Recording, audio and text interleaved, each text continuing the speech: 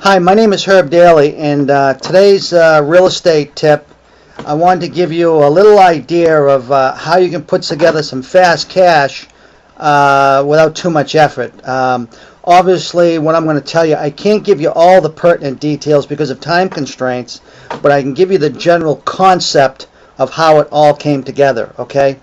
Now, a few months ago, I had put an ad on Craigslist, and I was advertising for people that had, had previously wanted to buy a home but got refused because of bruised credit, low down payment, or for whatever reason. And I was in my ad, I was asking people if they would consider doing something on a rent-to-own basis. Okay.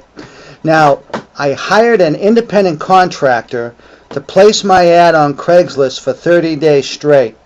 It probably cost me about $275 to do that. Okay. Now, I had a website where I sent the inquiries to, so anybody that answered my ad had to go to my website and fill out this submission form.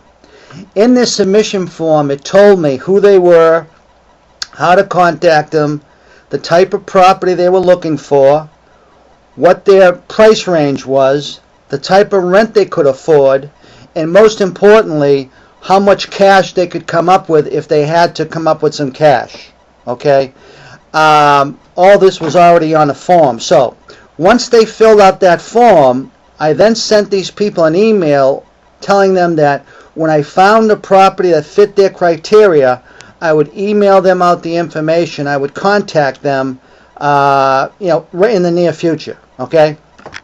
So, I had these around, I think after the month, I think it came out to be close to 65 people that actually answered my ad and I got information on. So I had a pretty good list to start out with for people looking for, doing something on a rent-to-own.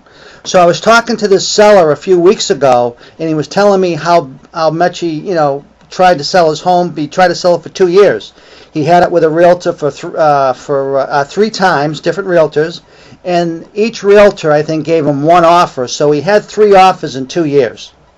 Now, the irony is that out of those 3 offers, every one of them got refused because of financing. Okay? So I said to the seller, I said, well, have you ever considered renting the property so at least this way you get some cash flow? And he says, I have, but I really don't want to do that. He says, I don't want to chase people for money and become a landlord. He says, me and my wife wanted to take off in our Winnebago, and I don't want to have to be running back for problems. And I said to him, I says, well, have you considered doing something on a rent-to-own? And he said, well, I never heard of that before. Is that something new? I said, no. I said, it's been... people have been doing similar things in the stock market and commodities. I says for the longest time. I says we're just doing it on real estate. I says how it works is you're going to lease the property out just like you would do it for a renter.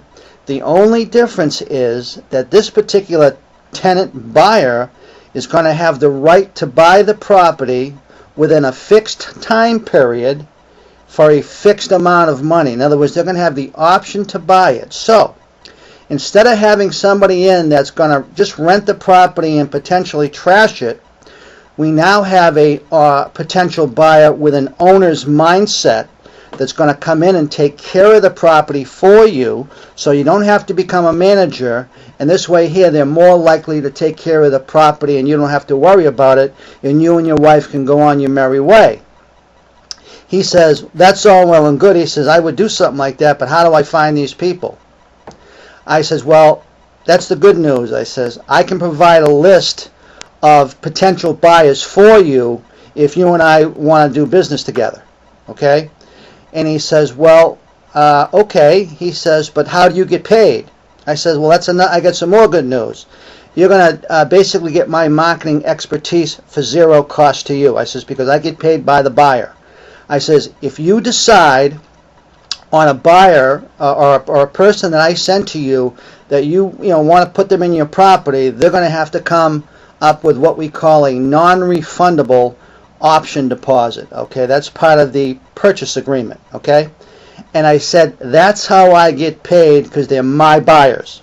Okay, and he says, well, how much do they usually put down? I says, well, I've seen people as low as $3,000 and as high as $10,000 and everything in between. I said, so I said, that's my fee for marketing and putting this transaction together, I says, and whatnot. I said, if you can't live with that, then I says, you and I can't do business. He says, no, he says, that's okay.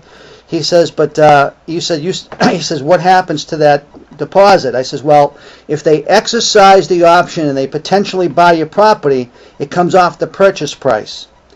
If they don't exercise the option, they walk away from it. They have no recourse, okay, to you or me, I said.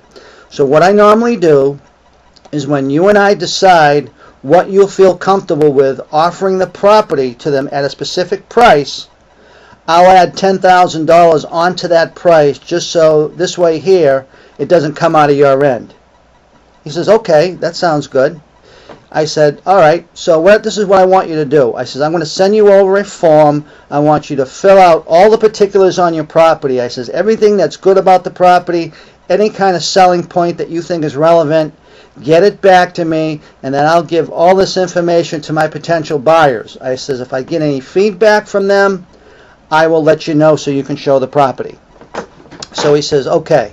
So I sent him the form, I got it, and then I sent out all the relevant information to my buyers list.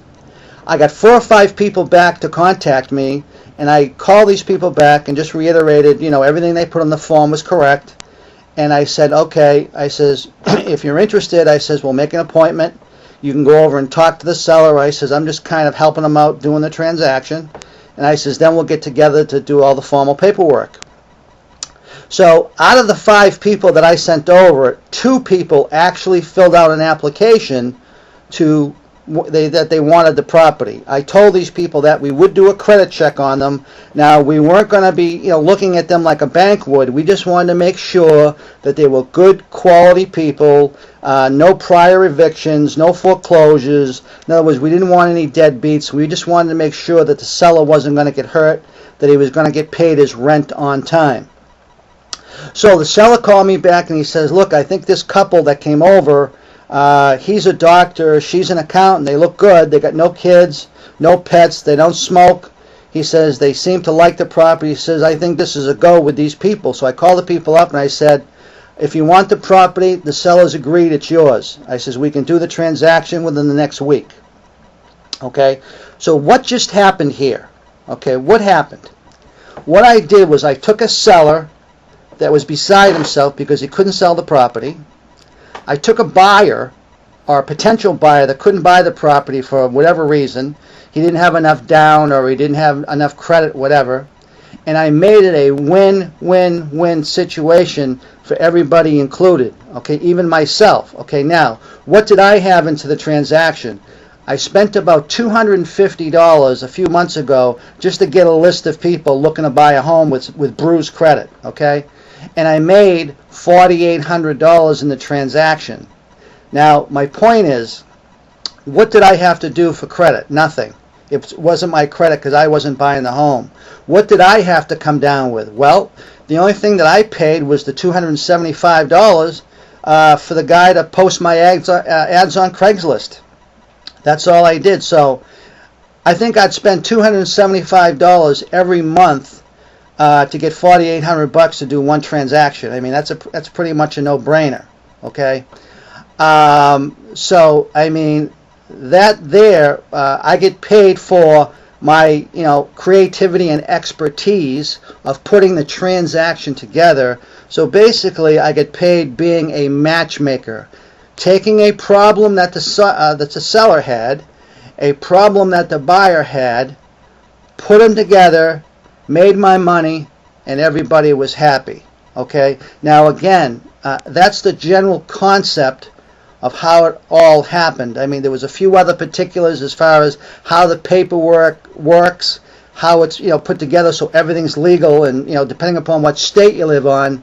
But that's the general concept. It just basically what you're doing as an investor or as what I call a real estate transaction engineer is taking a problem, okay, and trying to figure it out and getting paid for it. Okay, that's what we do.